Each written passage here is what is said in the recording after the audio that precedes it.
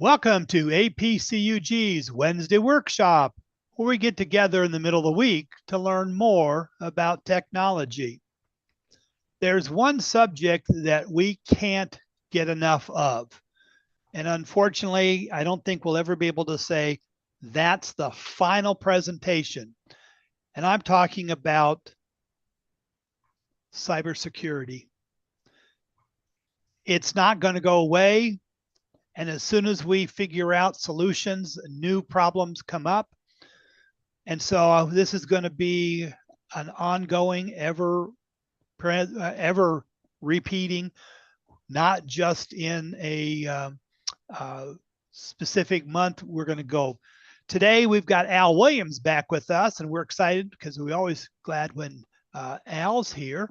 And he's the president of the Willow Valley Computer Club in Lancaster, Pennsylvania. He's a retired electrical engineer who worked in aerospace for RCA, GE, Martin Marietta, and Lockheed Martin. In the days of Windows 3.1, and most of us can remember that far back, he learned about a significant Windows security problem and has been interested in cybersecurity and privacy ever since. Today, he's going to help us learn more about how to lock things down and protect ourselves from those bad guys. So, Al, turn it over to you. Thank you, John.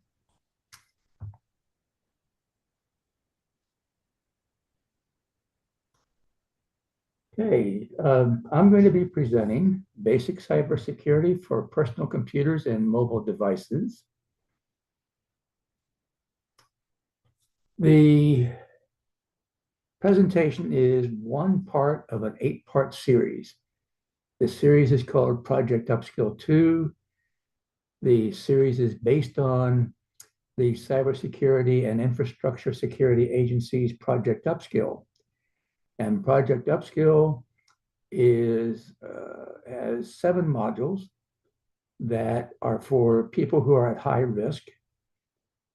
And when you look at how they describe high risk, I think it's a pretty good match for most seniors.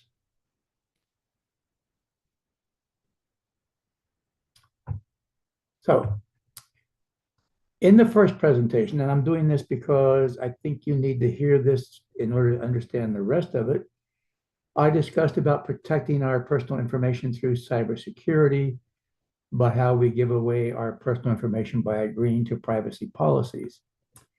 So you should review privacy policies of the apps and the web pages you're going to use to determine what personal information you're giving away. It isn't just your personal information that you're giving away. You're also giving away your location. You can control what location access an app on your phone has by using location services. But if you really want to block your phone or an app from being able to know where you are, you need an RFID device, such as a sleeve for your phone or a bag to put into your phone. And that will do one more thing. That will make it impossible for you to receive or transmit calls or to receive or send text messages. Another question, can we remove our personal information? Well, if it's exposed and in a data breach, you won't be able to. Even if a criminal says that, yeah, give me some money, I'll do it, I wouldn't trust them. Because why should they? They've got more money, that's what they want. They don't care how they get it. You can remove your personal information from data brokers, also known as information resellers. I discussed that in the first presentation. A good choice is Malwarebytes Personal Data Remover, which will remove personal information from over 175 data brokers. There is another choice. It's called Delete Me. I don't have as much information about that, but I've read that some people are using that successfully. So that is the second option. When it comes to websites and apps, you will have to go to each app or to each website and ask that your personal information be removed. Of course, you have some options. You can choose not to use an app that collects personal information. You may desperately want that capability, but you still have the choice of not using it. Or you can go even further and say, I'm going to delete the app. Now for the heart of this presentation. This presentation is focusing on an overview of best practices. There's a lot of how-to information which I cannot cover because there's a lot of slides in this presentation. But I have provided source notes at the bottom of each slide, which will help you find and access and use the how-to information that's described in the best practice. I don't know about you, but I find that cybersecurity fatigue is actually real. So my recommendation, just implement one or two things at a time. Take a break, and then do one or two more things. Take a break and keep on going until you're caught up. Is it a problem? Is basic cybersecurity a problem? Well, in the first 3 quarters of 2023, there were an estimated 5.6 billion attempted malware attacks globally. Of course, that's both residential and enterprise, but that's what they counted. And over 560,000 new pieces of malware are detected daily. Over 1 billion malware programs exist currently. A note of caution, some threat actors will add malware to legitimate software apps so that when the app is running, the malware also runs. So be careful where you get your software. The threat actors will repackage the two together, make it look like it's a legitimate software, and then make it available on community forums. And I think that CNET is one of these forums where you will be likely to encounter such a problem. There are several basic cybersecurity concerns, and I intend to show you and talk about each concern in turn. The first one up is to vet technologies before you use them. This can be laborious, but it will help you a lot to protect yourself. Research the manufacturer, the developer, or the vendor's track record on privacy and security for products you are considering taking, or using, I should say. Check where the company making the product is located and where it operates. Check the product security profile to confirm your data is encrypted and not shared with third parties. And you're probably thinking to yourself, what? I need to do all this? Well, CISA recommends that if you're a high-risk person, this is what you should do. Confirm that the vendor has an acceptable privacy policy. Confirm that you can change the product's settings to meet your personal cybersecurity needs. And very important, confirm that the developer issues regular updates for your products, including security updates. Next up, keeping your software up to date. If you don't keep your software up to date, you basically are letting or tending to let criminals access your personal information if you're using software with known vulnerabilities. I'm going to do some illustrations, and at the heart of the illustration is an assumption.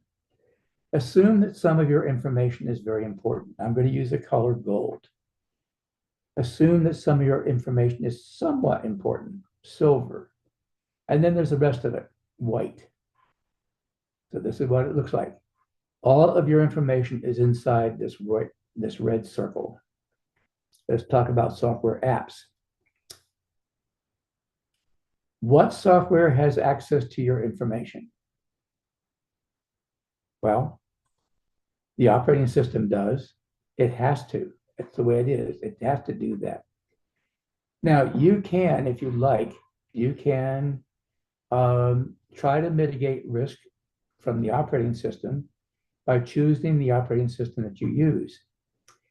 If you use a Google Pixel phone, or the older ones, not the one that's currently out, you could use an operating system called Graphene OS. Now, it's more technical, more demanding that you know what you're doing, but it is one way to reduce the risk. In terms of the order of recommendation, which is, when I say recommendations, what I mean is guidance, not requirement. The operating system that I would suggest next would be Apple's iOS and then Android. If you are looking for a distribution on a desktop or a laptop, a Linux distribution, Linux distributions will have vulnerabilities, but they are not as well known. They are not as likely to be attacked by someone who's looking to attack because it's a smaller percentage of people that use it. After that, I would suggest Mac OS and then Windows. Windows is probably the most vulnerable operating system that we have. Next up is the browsers. And I should note for you that I left in these little notations about we'll cover browsers on April 22nd, or we'll cover email. I just left them in because I want you to know that there are other parts of this eight-part series that deals with this. This is not a complete presentation. The whole series together gives you everything that you really need for Project Upskill 2. When it comes to browsers, I have consistently considered Firefox to be one of the best browsers around for privacy and just general good browser. Brave has come a long way. So if you're interested in using Brave, I think you will have made a good choice. So Firefox or Brave. My personal feeling is that when you're using an iPhone or an iPad, you might as well just use Safari. The other browsers just cannot offer you the same capabilities that Safari does because Apple locks down the other browsers. For Android, Firefox or Brave. Would like to make a note that if you're interested in privacy, you really do not want to use Chrome because it will do everything it can to collect everything it possibly can about you and make it available to Google. How about email? Well, it also has access to your information, whatever you share in your email. There are many email clients. Many people use webmail, which means they use their browser. There's an app on your iPhone called Mail, another one with a similar name on Android. I personally use Thunderbird. I love Thunderbird. It's available on Windows, Mac OS, and Linux. It's not available on any cell phone. But there are other email clients. I'm not aware of any particular one that is better than the others. I think it's mostly a personal preference. How about password managers? By definition, if you put it into the password manager, your information into a password manager, it has access. We recommend Bitwarden. Why? Well, a major reason is, well, okay, I'll do a slightly different approach. Bitwarden and 1Password, they're different, and yet they do roughly the same thing. They are different, and you may have a personal preference based upon the user interface, but we wind up recommending Bitwarden because Bitwarden is open source. 1Password is not. We used to recommend LastPass back in the day, and we got bit. We got bit because LastPass was proprietary. We could not see what was happening under the hood. Nobody else could. And when that massive data breach occurred a few years ago, that's when we discovered what really was going on. So for us, open source is really important. Now, there are two other password managers, Apple's Passwords and Proton's Pass. I think that you need to let something like this sit for a couple of years before you decide that it's ready to be tried. In other words, I wouldn't even try it right now, but you might want to. I certainly would not use it for a couple of years.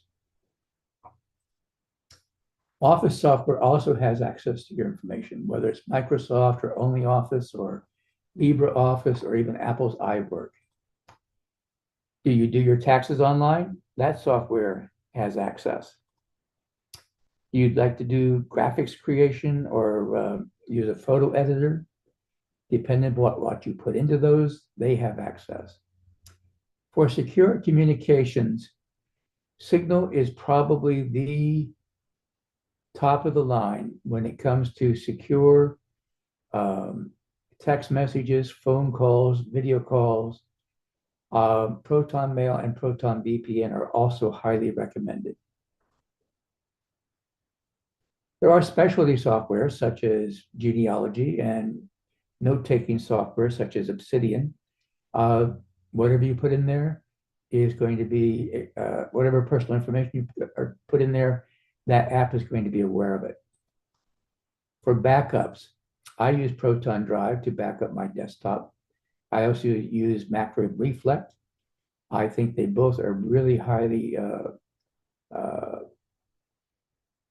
they're really both to be highly regarded because they privacy respecting and highly thought of companies. For VPNs, Proton VPN, I would recommend that.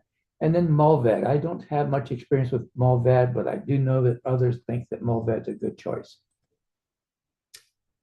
So, in view of all that, it's a good idea to move any sensitive information, your gold or your silver, to a password manager to minimize access by other software. So keeping your software apps and operating system up to date means you want to routinely update them on all your devices. If you can, you want to enable automatic updates. If you have an operating system or app that does not do automatic updates, you should set aside time in your schedule to check for and install updates manually. Excuse me. Couldn't get to my Zoom controls. Ensure that you install updates from official sources, such as your device's standard OS update or a trusted app store. You should exercise caution if you're prompted to install an update through a browser pop-up as email. Yes, there are apps that will notify you of an update by email. Those you should check out very carefully. If you're not using an app, you should remove it. You should delete it.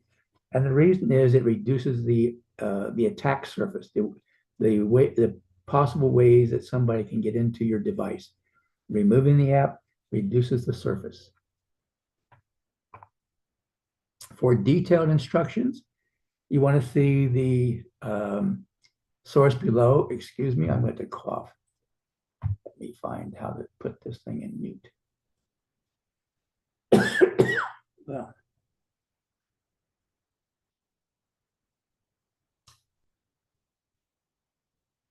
if you're using Windows, a suggestion is to use Patch My PC Home Updater to keep apps updated that are not managed by the Microsoft Store. There's an URL for that. And here's some reasons for using it. There are at least 6 software updaters to keep software apps on a Windows machine up to date. Only Patch My PC Home Updater has all these features. 1, it's free.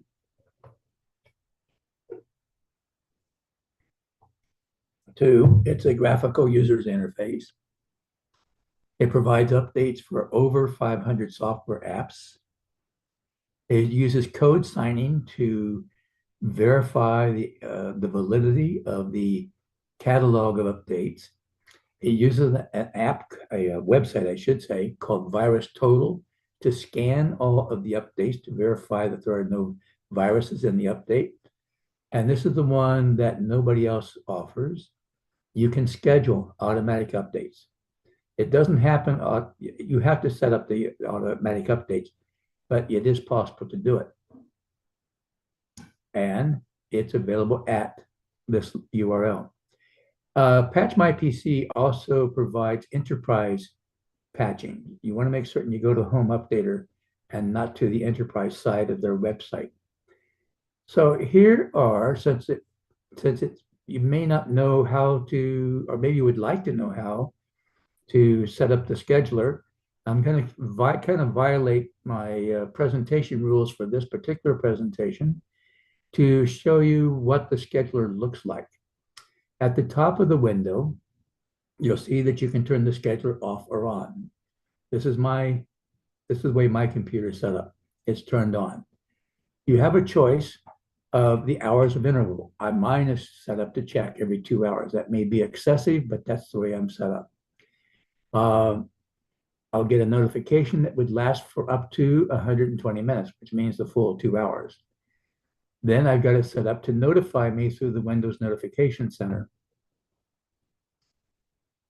I also have it set up to load any recommended settings.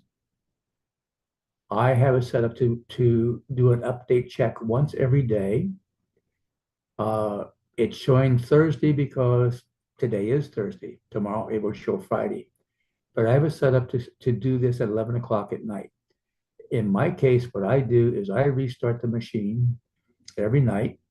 And by the time it's 11 o'clock, the machine will be back up and running, and this will automatically run.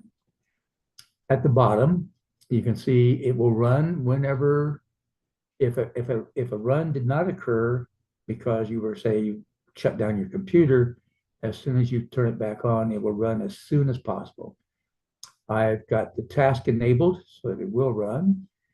I'm not certain what task visibility means, but I've enabled that. And I've got it set up to run whether or not I am logged in or not. You also want to make certain that your antivirus, anti-malware protections are active. Keep in mind that malware is also software. In some cases, the malicious software is legitimate software. It's a legitimate software tool, such as AnyDesk or Screen Connect. Even, TeamViewer is not usually in the category. But there are various remote access software apps which are used by malicious actors to penetrate a computer and to access information in the computer. But in general, or I should say as well, sometimes malware is embedded in real software. And as I said before, the software does what it is supposed to do while the malware steals information.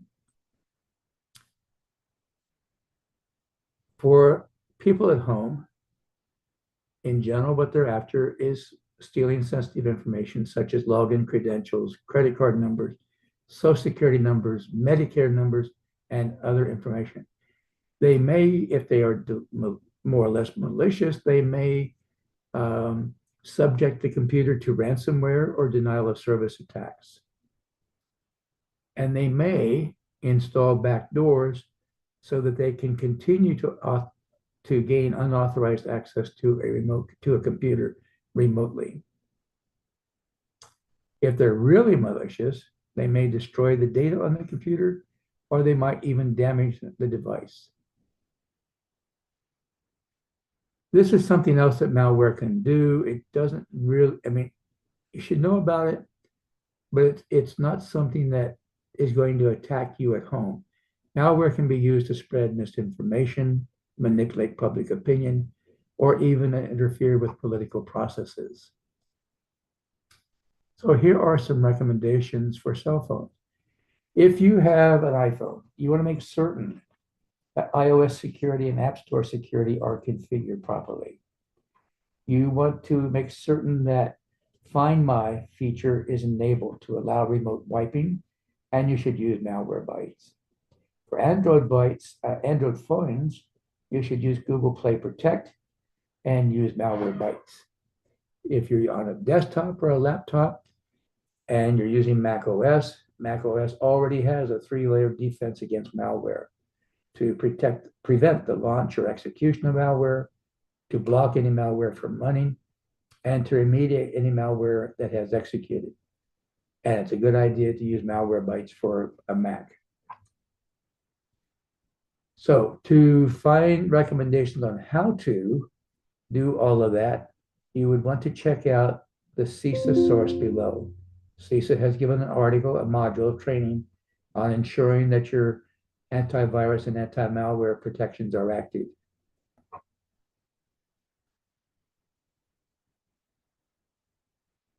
Next up, Avoid hardware with known vulnerabilities. It was only a few years ago, I would never have said that.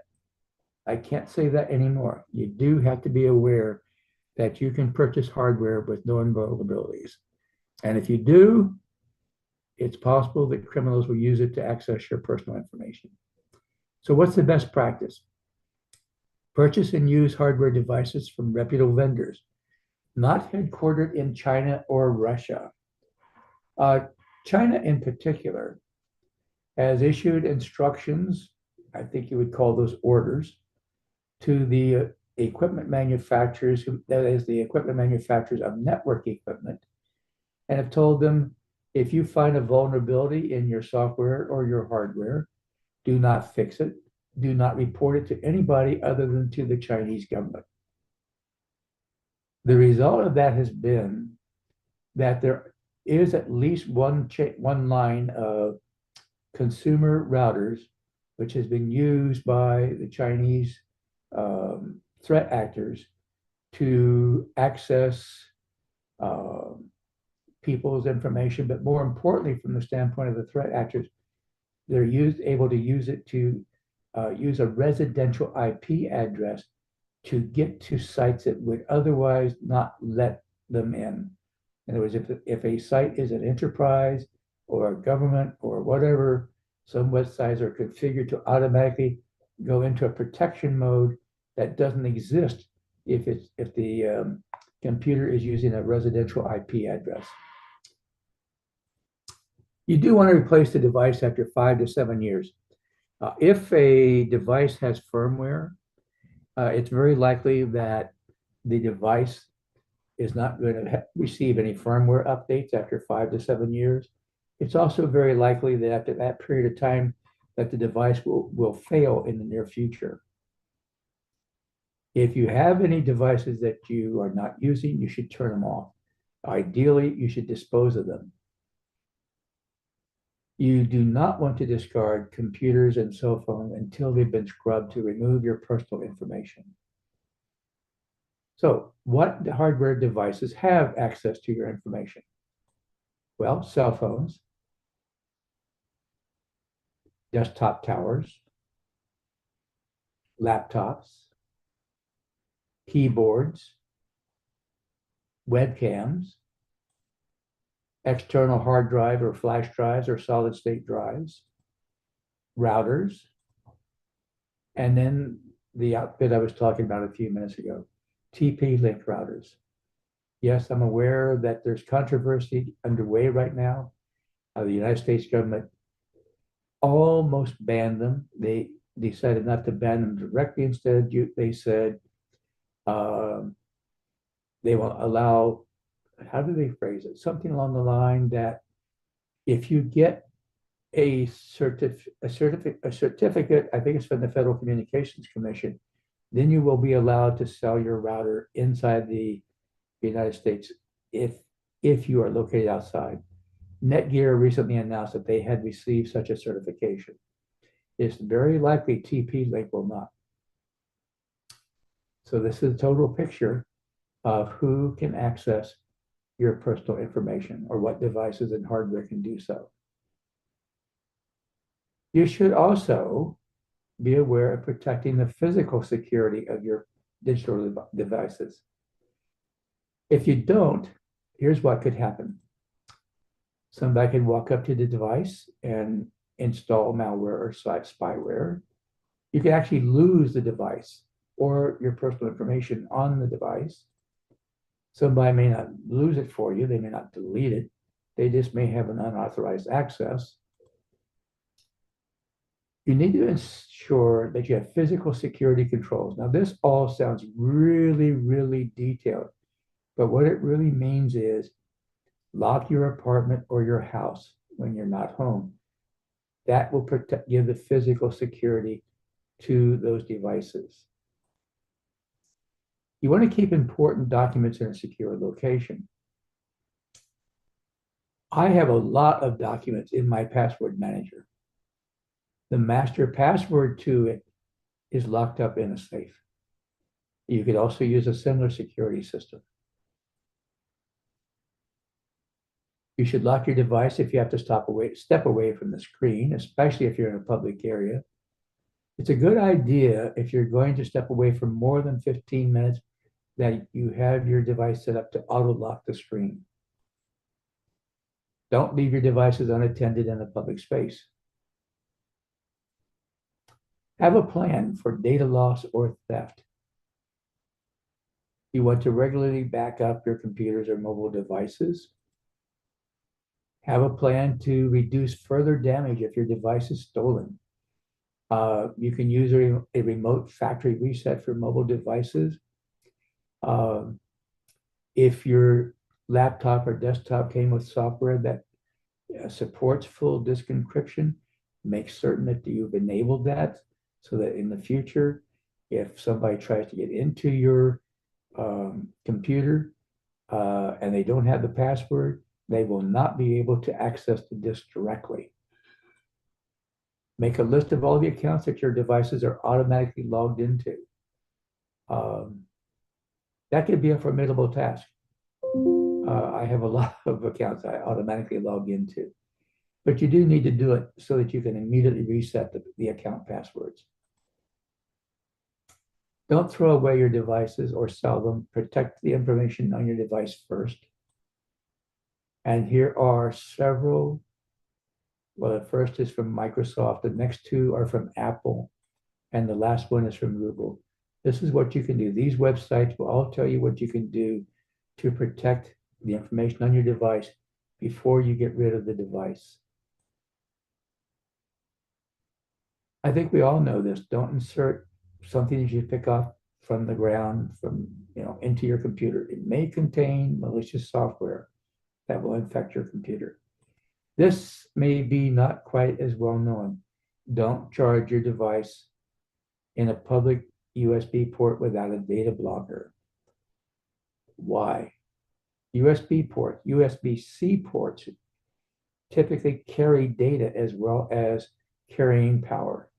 You want to make certain that you either use a USB-C device, which would be like a data blocker that only carries power, or just don't do it.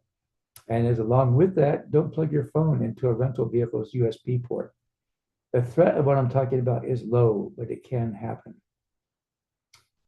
You also want to implement user account control to protect your computer. Usually when you're set up your computer, especially with Windows, you're going to be asked to set up an administrator account. But administrator accounts make it easier for threat actors to access your data or make changes to your computer, because if you download something, let's say some malicious actor is talking with you over the phone and they say, go to this website and download something. Well, the act of downloading can actually cause a certain script to execute, which in turn causes a download to execute, which in turn begins the process of setting up command and control capability. I don't want to go too far down that path, but I just want to let you know that the result is it's easier if you use an administrator account to take over your computer. Now, a standard account requires an administrator password to install software. So that's a major advantage on using a standard account. And if you want to set up a standard account, see the how-to information that CISA provides. You do want to be careful if you do this. You do not want to lose the information that's in your administrator account. I'll just kind of sketch it out for you. What you want to do is create a standard account. Then you want to elevate it to administrator. Then you want to take the existing administrator and not elevate. You want to go the other way. You want to downgrade it to standard. That's the process you want to do, because you have to have an administrator account at all times. And if you take if you're not careful, you can lose everything that is in your original administrator account. Last up, you want to manage application permissions for privacy and security. We've already shown that apps can access personal information about you. So you want to install only the apps you need. Remove the ones you no longer need. manage their permissions, to deny access to data or functions you do not want an app to have. And for how-to information on this, there is a CISA module for that. Manage application permissions for privacy and security. So these are the basic concerns about cybersecurity. There are some articles I suggest if you're interested in reading articles.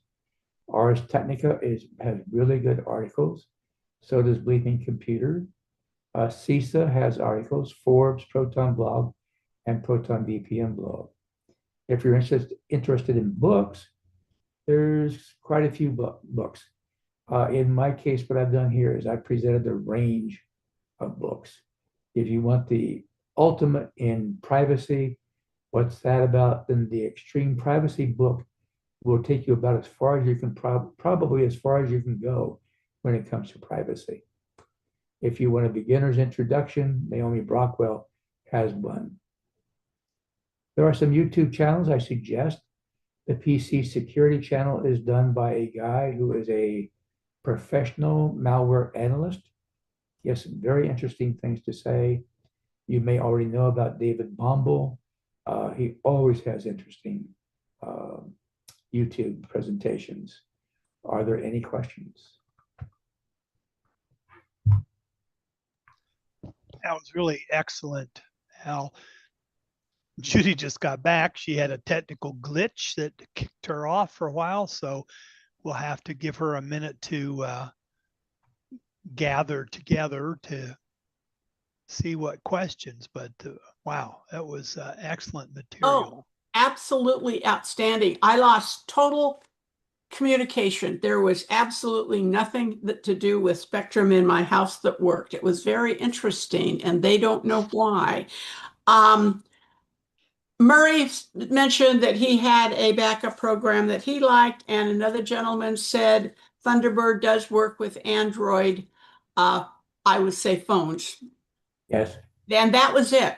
That is absolutely fantastic presentation, Al. You covered, as long as I was here, you covered everything literally that people need to know and need to be reminded of. Amazing. Thank you. You're welcome. That project upskill is not too shabby. No, the only thing that needed was some examples. Mm-hmm.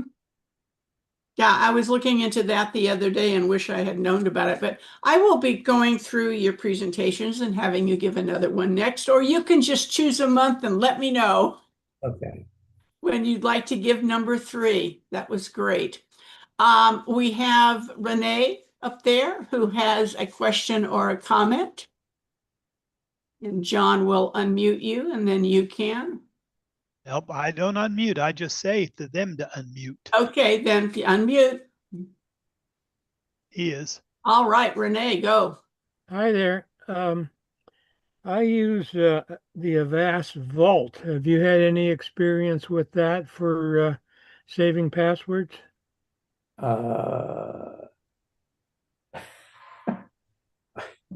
Okay,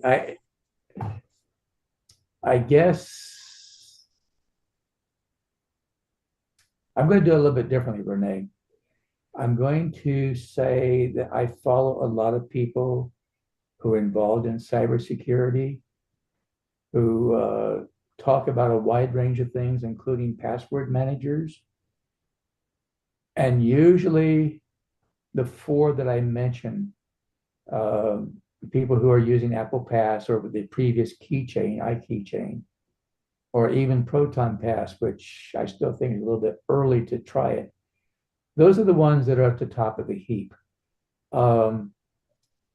Avast has a anti-malware capability.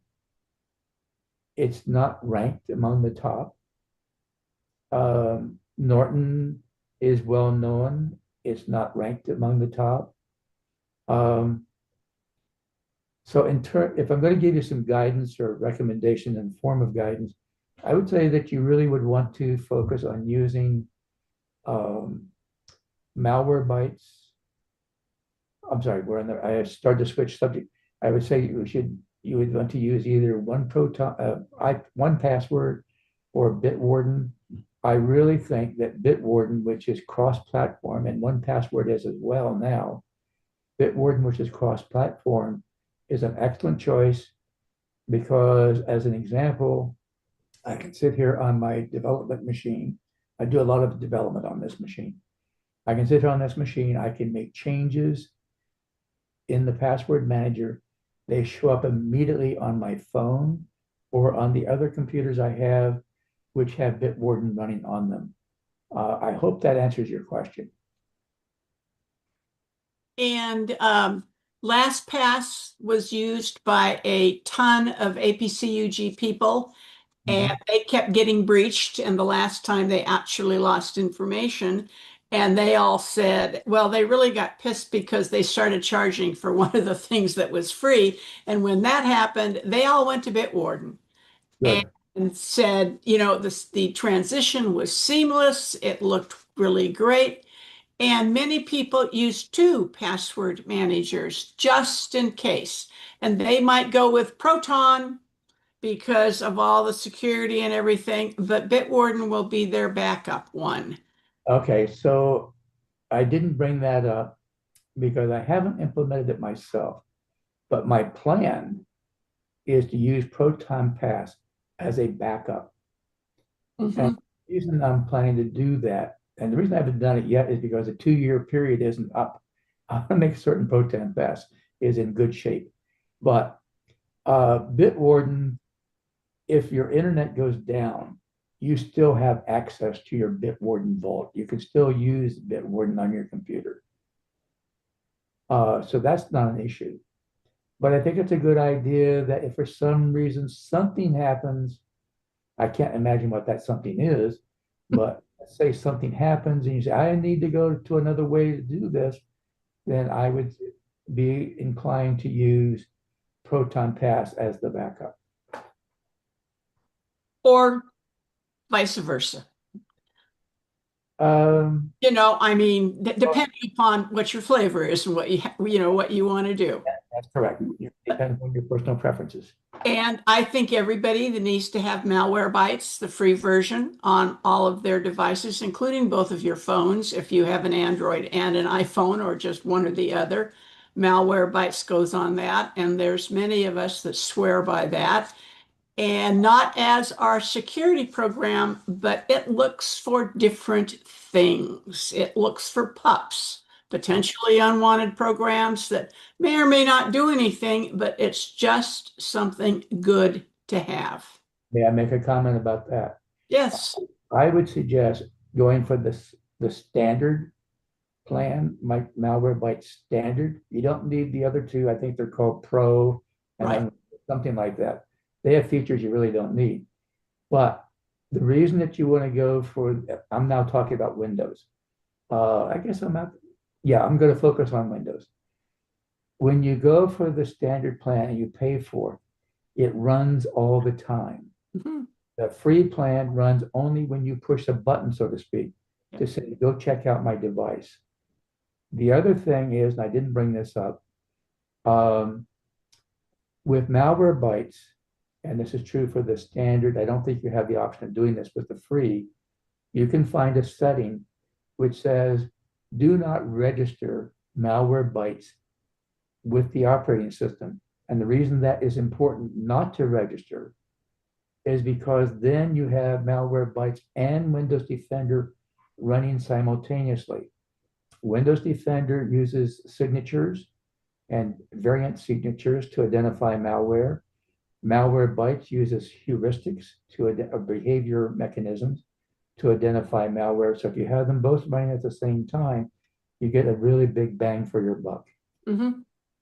Malwarebytes is one of the programs one of the two programs I pay for. I Okay. don't use many utilities, but I definitely pay for that. When you install Malwarebytes, you need to stop and smell the roses and make sure you uncheck the box that says, come on, we're going to charge you for the whole thing and all that good kind of stuff. You just can't download it. You need to stop, take a breath, and look carefully at what you're doing. But like I said, that's one of the two programs that the non-utility person uses. Stephanie, you're on.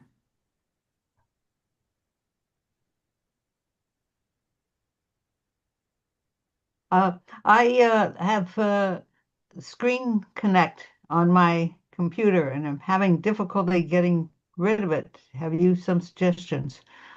I do have some suggestions. I am sorry to hear that. I don't want to scare you. I want to tell you that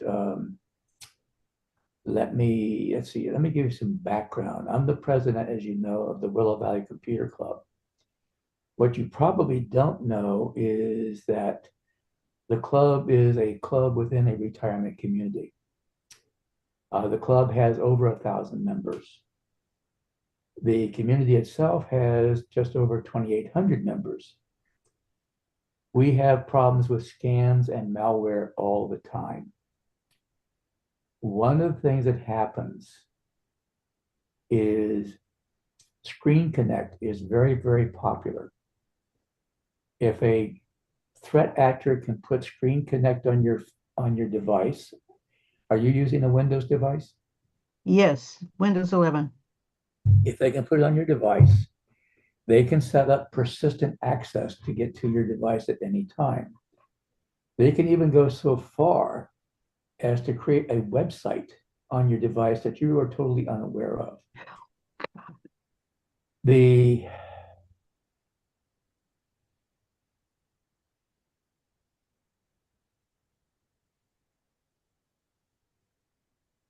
You need to get rid of it. And have you tried uninstalling it? Yes, I could get some of the files undone, but some of them said that they were required to have something else approved to be able to take that off. And the chances are you discovered shortly afterward that the original files were back once again? I'm not sure. I've got to run it again. I have software that tells me everything that is in it, so that's useful. And I'm going to run it again and see what's happened 2 or 3 days ago. Yeah. Okay. I do not excuse me, I do not have an answer for you that is going to be satisfactory. Hmm. Do you have a Best Buy that is near you, a Geeks Forum? Yes, we have two. Okay. What you can do is you can take your computer to them. Hmm. What they will do, I know from experience, is they will remove Screen Connect. They will remove any other remote access tools that they find. However, they will do an incomplete remediation. They will not go any further with it. So another thing that you can do is you can back up your documents in your documents folder to an external drive and then reinstall the operating system.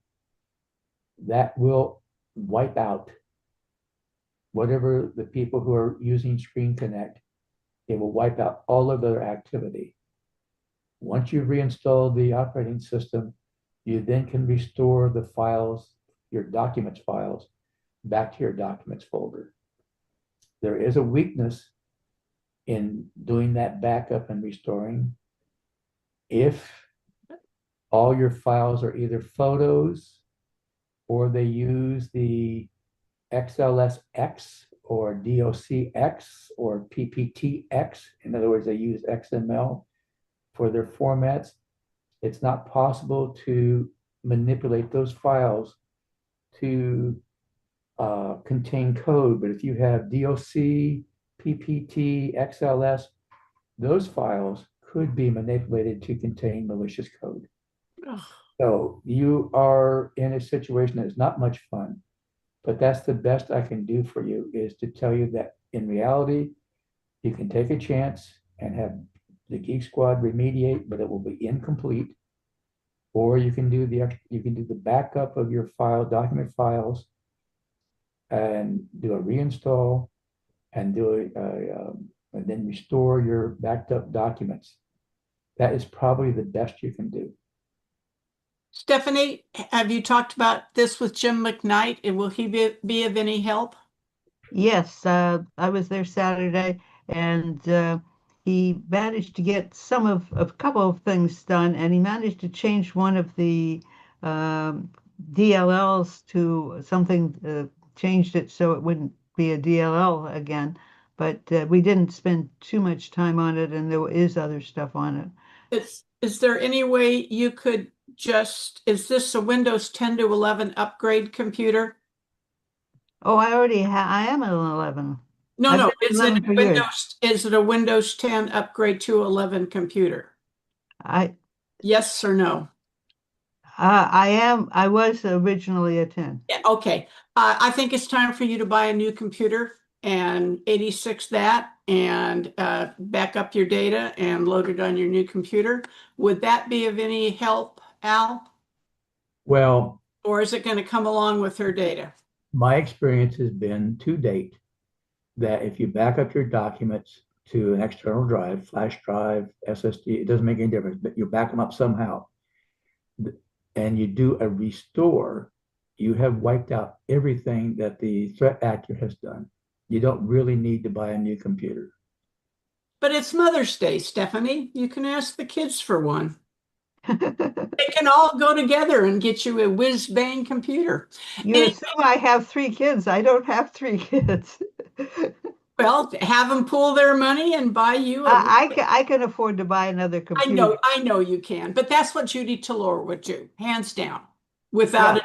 I would like to know another question, which is how I would like not to have a lot of stuff on my C drive. This seems all to be on the C drive. I have a D and a E, which are on a separate device. Right. And I managed to get my Quicken over onto that stuff, and it's been there. But all of my emails for a long period of time Okay, is on. let's talk about this later, okay, kiddo? Well, no, I was just going to say, can you uh, say something that puts your events on your other drives as opposed to having it come down, anything down as they try to put in the C drive? I didn't understand the question. No. Okay, I'm sorry. Go Okay. ahead. How did she get that, Al? Was she just out and about and it appeared, or click on, because this sounds just absolutely horrible, and we all need to know what not to do. We've had it happen many times here. Oh, And the most common way that it happens is that people click on a link they should not have clicked on, but they click on a link. And what the link does is it starts a script, which causes the Screen Connect or any other similar. There's 2 types of remote access software. There's truly remote access, or there is remote monitor and management software. So Screen Connect is more in the RMM category. And then the software that is downloaded is pre-packaged to call home. okay. Call the threat actors controlling server or whatever they call. And once that's happened, the threat actor then can go in and they can do a lot of things. Recently, we had a situation where the resident had enabled passwords to be stored in their 2 browsers that they were using. And they had synchronized the browsers across their laptop and across their phone. And they had enabled autofill by the browsers. The result was that the threat actor was able to pull all of the passwords from the browsers along with the URLs that the passwords were associated with, and they took them, and then they tried to log into the resident's bank account. It's getting more scary all the time. It's just unfortunate. Jerry Kirschner, you're on. Hi, Al. Thank you for an excellent presentation. Is it possible for you to just go back to your slides to the first screen after the title screen so I could take a camera shot of those URLs on the slide? Well, the PDF will be available through Judy soon. All right. Okay. Well, I look forward to your next presentation. Thanks very much. John, you're on.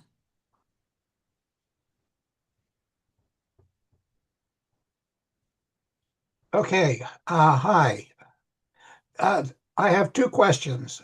The first one is, what should people who are using TP-Link browsers to do now? What do you recommend? TP-Link routers? Routers, yeah. Okay. Nothing.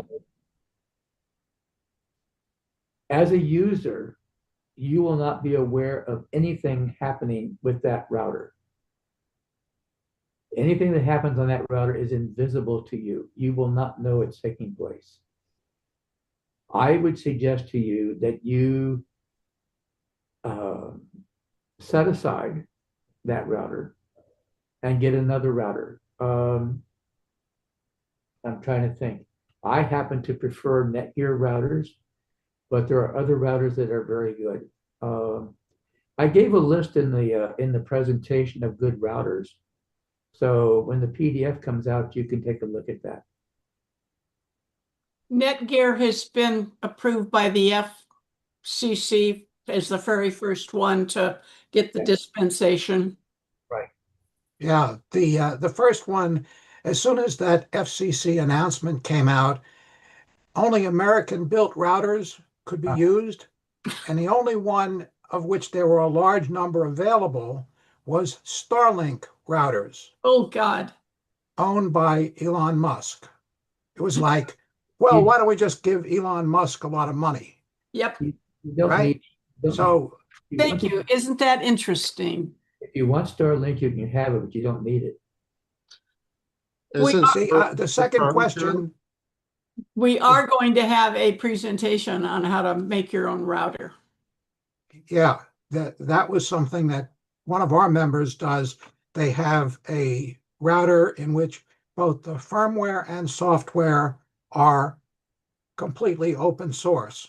The second question that I had is, I was confused. What is the point of having a backup password manager? What are you backing up? You are relying upon the continuing existence of the organization that is behind your password manager. If you have a backup password manager and that organization, if something happens to them, you now are able to continue operating without concern. It's like suspenders in a belt. It's just in case. So I use KeyPass XC. It's open source. It's excellent. KeyPass XC is an excellent product. The only problem I have is for most people, it is really unwieldy. It is difficult interface. I have a backup of my stuff. I haven't maintained it, but at one time I had a backup of my stuff on KeyPass XC. Yeah, I save my database on iCloud, which I consider very safe, and I can access that from any device just by putting an iCloud app on my device. So it's as safe as Apple, and it's backed up. But I think that anybody who's using if you're not using a password manager, I hope that your presentation, which was excellent, gets them to do it. But our experience has been that most people are our experience has been about the best we can do is to get people to put their information in a book, Mhm. writing, so that the sheets don't get lost, so they can find stuff, and not to put their passwords on a file in their computer, because that has been a major problem. Thank you. Excellent presentation. I have a question. What is the distinction between a VPN and a vast bank mode?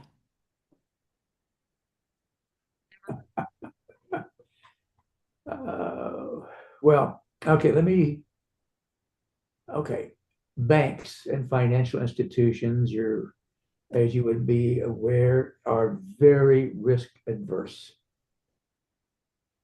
And if you use a VPN to try to connect to your bank, experience to date says you will not succeed.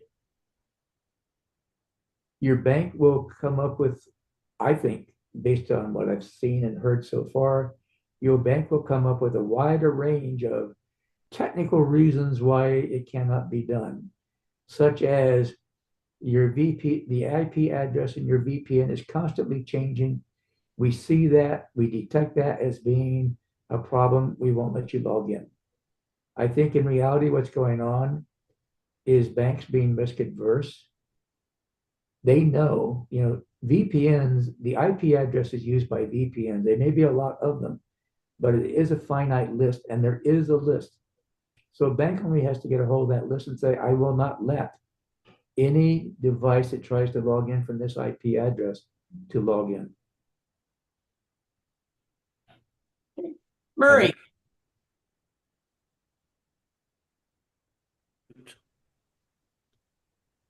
Okay, am I muted? you're fine. Okay.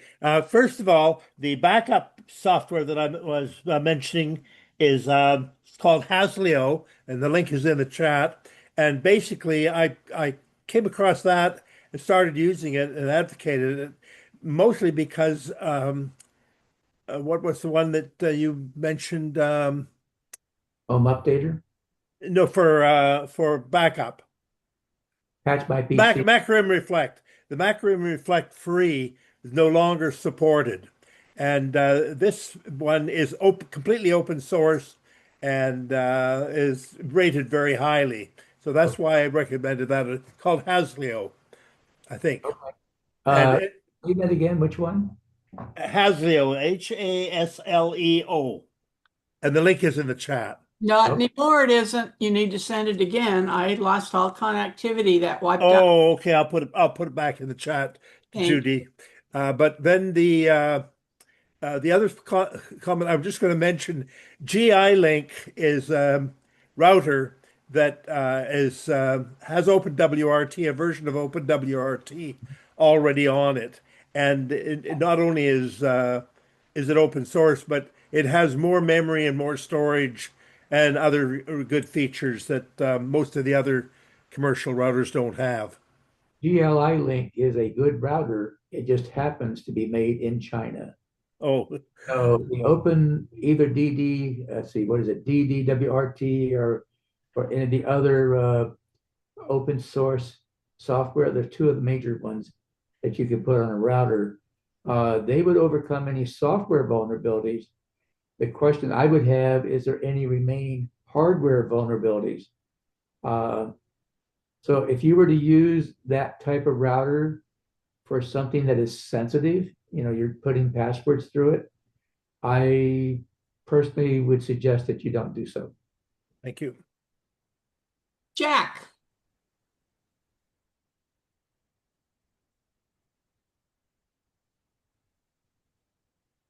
Okay. Hi, can you hear me now? Yes. Yeah. Okay, so my question was, will using a VPN protect a person from malware and other attacks and intrusions if you're if you got a VPN activated on your machine, either cell or computer? Okay, so a VPN, the nominal reason to use a VPN is for privacy. What a VPN does, it creates an encrypted tunnel between your computing device and the server that the VPN provider says use this server. So between your device and that server, the reason that you would use a VPN would be if you're trying to avoid surveillance. That is, you don't want your ISP, your internet service provider, to see what you're doing. You don't want them to see that you're going to certain websites. It may also be that you're concerned that maybe most of the time you wouldn't know this, but let's just pretend that you know that you've got a hacker that's looking at you and you want to keep him from observing your traffic. So that's another reason. So basically, it's a method of preventing surveillance of your information of where you're going and how often you're going from anybody. And it is legal, by the way, in this country for internet service providers to monitor where you're going. A VPN at the far end gives you a different IP address. So now it's an address which people will know belongs to that VPN because the VPN owns the IP address, but they won't know it's you.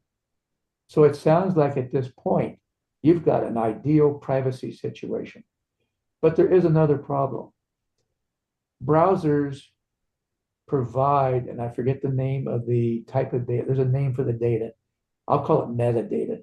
They provide metadata with the browser's information to describe the computer that's being used. And if you think about it, some of that is obviously needed. How big is the screen on the computer that's using that browser? What is the resolution? What type of graphics card is it using if it's a unique card? There's some very valid things that have to be provided to the website. I've seen that in some cases, a browser will provide as much as 52 pieces of information to the website. There is a way to do what's called browser fingerprinting. That is to see this information is being provided. That information takes away your privacy. It makes you, because that information, if you all that information together, you have become unique and therefore you are known. So if you're going to look at VPNs, you have to be aware of browser fingerprinting. Both Brave and Firefox are taking steps to reduce browser fingerprinting. Firefox is using obfuscation, and Brave is using randomization. Those are the two different techniques that are being used. Okay. Are using a VPN, you need to make sure where you choose you are instead of sitting at your house that can be targeted instantly with Google Maps. The first time I used it and I called my bank for something, they said, "I'm sorry, you're in such and such and so and so." It literally, it couldn't have possibly have been me. And I went, but I said, "I'm sitting here in my chair," and I gave her my address, and it was quite an eye opener. And so I decided I at least needed to be in California and not, out of state or in a foreign country. And I tried Canada, that didn't work. And so depending upon, where you are, depends on whatever you're trying to do, make sure that, you're close enough so they really know it's you. Well, Robert. yeah, I understand you can choose your location. The VPN has settings. You can choose a location closer to you so that you're not recognized in Budapest, for Right. example. I was in Uh, Germany.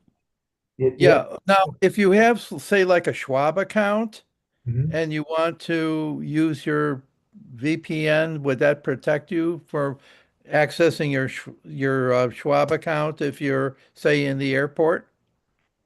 Okay. Two different things you're conflating.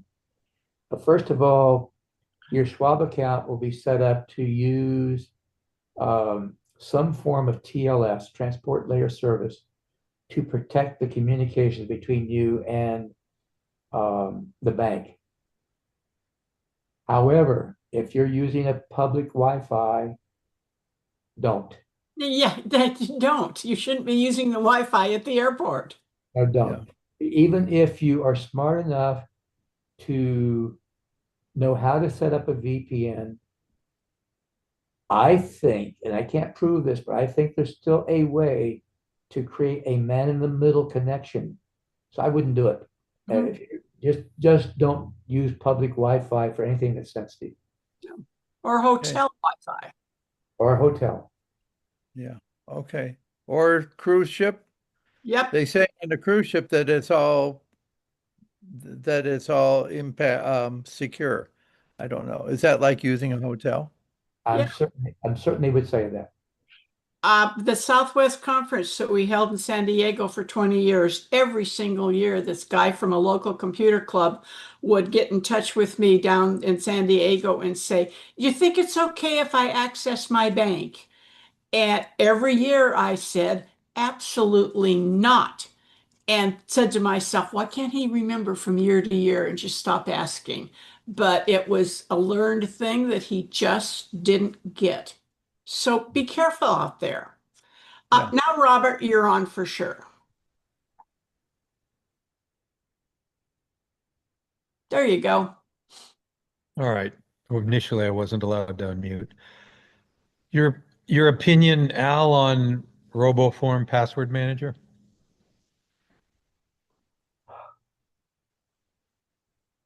I guess the fairest way to say it is it's not on the radar of the people I follow, who I consider to be cybersecurity experts. Is that in part because it's not open source? I don't know, but I suspect that in part there are other reasons Oh, on the radar. I don't know. okay. And the chat, somebody referred to the chat, but my chat says that the host has disabled group chats, so no chats are showing up on my end. John, I'm getting chats. I am too. Not you, John, John Stamfel. It's his turn to talk. And I'm sorry, John K.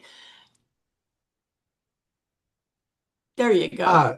The question about whether VPNs protect you from malware, I don't believe that that question was answered. Oh, you are correct. I went down the other path. The answer is that if you go to a website that is malicious and you click on a link, let's say somebody is, let's say you got an email and you responded to it and you made a phone call and they say, yes, you have a problem on your computer and I'm going to help you. I need you to go to this website. I need for you to click on to download such and such.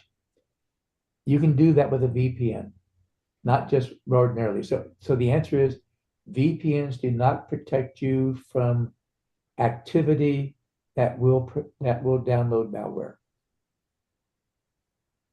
And in fact, they don't protect you from any of that stuff. All they provide is, as you said, the illusion of privacy. Yep, that's all they do. I wouldn't call it an illusion. I would say you need to know what it's providing. Because if you use anti-browser fingerprinting browsers such as Firefox or Brave, you are now much more likely to be unknowable. There's a website that evaluates VPNs Uh-huh. and has an immense spreadsheet explaining you've already given them your credit card number if you purchase the VPN. You've already given them your email address and name. So all of those things the VPN company already has, and they can get hacked.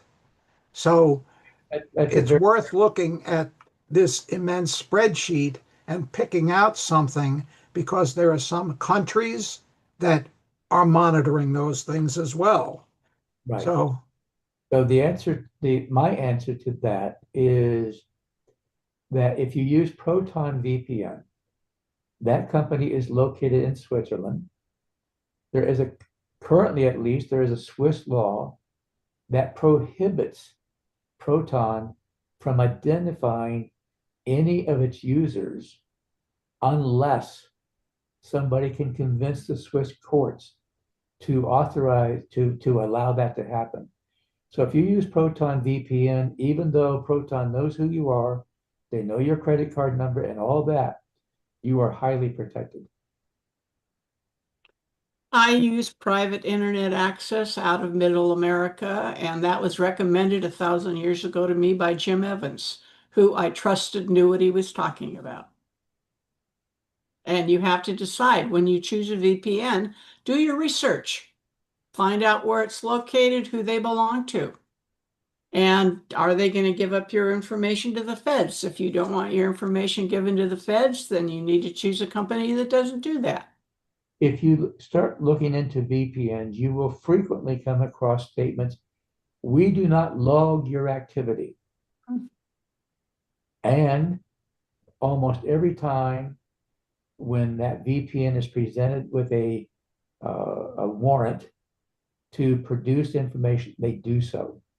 The VPN, they have to log some information just to know who's using their system to make certain that it's an authorized user, a person who's paid for it, or authorized other, maybe it's free but still authorized. So many of these companies will make claims which are not true. And many of these review sites, VPN review sites in particular, are paid for by the VPN providers themselves. And it's good reason not to believe a lot of that stuff. That's like back in the day, we loved the Smart Computing magazine. And their claim was you didn't see a review and then 6 pages later see a full page ad for the product that they had just reviewed, that they didn't ever review anything that was an advertiser, which was way cool to know. Anyway, Larry, you are our last question or comment. Yes, let's see him. You're I kind great. of joined late because I had another meeting, but I'm not sure if you covered this. I'm receiving 5 or 7 spam calls a day. These are dealing with offers for loans, and they're all different numbers. And I thought that I could send a screenshot of this to the IC3 or to the FTC. Are there other things you'd recommend that could stem this flood of spam phone calls? Well, is this a landline phone? No, it's a cell phone. I haven't done this before. You might look for settings where you can block particular phone numbers. Mm-hmm. And if you find that setting, then you should be able to at least, you may have to do this a few times, but you should be able to reduce the number of calls. They're all different numbers, and I do have the phone configured so that only numbers that are on my contact list ring through. So they don't ring, but they do go to voicemail, and there are, like I said, 5 or 7 every day coming through. Maybe, I don't know, maybe there's a setting where you can turn off voicemail for those calls that are not on your contact list. Okay. Larry, I just have a question. Are you a veteran by chance? No. Okay. Because I get several of those a day as well, and it's due because there is a promotion now that veterans can refinance their homes at a lower rate. Oh. Good grief. And I don't get any of those calls because I do not answer my phone unless I know who it is or I recognize the number. And I have a new number here and I am starting to get robocalls. And because there's never any message, Bakersfield is calling, Castaic is calling, and I tell people cities don't call you. But please do not answer your phone if you don't know who it is. If it's somebody important, it will go through to voicemail and you can pick it up then. The minute you start answering it, you're doomed. Correct. John, you be last question for sure. Unmute. If you have what people call a landline or a VoIP line. Uh-huh. No Robo is a free service that has an immense database of auto calls that blocks your landline phone. I pay $25 a year for Nomo Robo on my cell phone. Uh-huh. It provides the same service. It's better than the Verizon. It's better than blocking except your contacts. Not answering doesn't stop the calls. The way Nomo Robo works is it's like it bridges your line, and when it rings, it looks up where it's coming from and says, this line is disconnected. I love it. Nomo Robo. That's an interesting name, Nomo Robo. Anyway, hey, this has been absolutely fantastic, Al. I love the fact that you're just sitting there and fielding all these questions. It is just too cool for words. Thank you so much. And I want to thank Al for sharing with us. And as Judy said, we will have him back.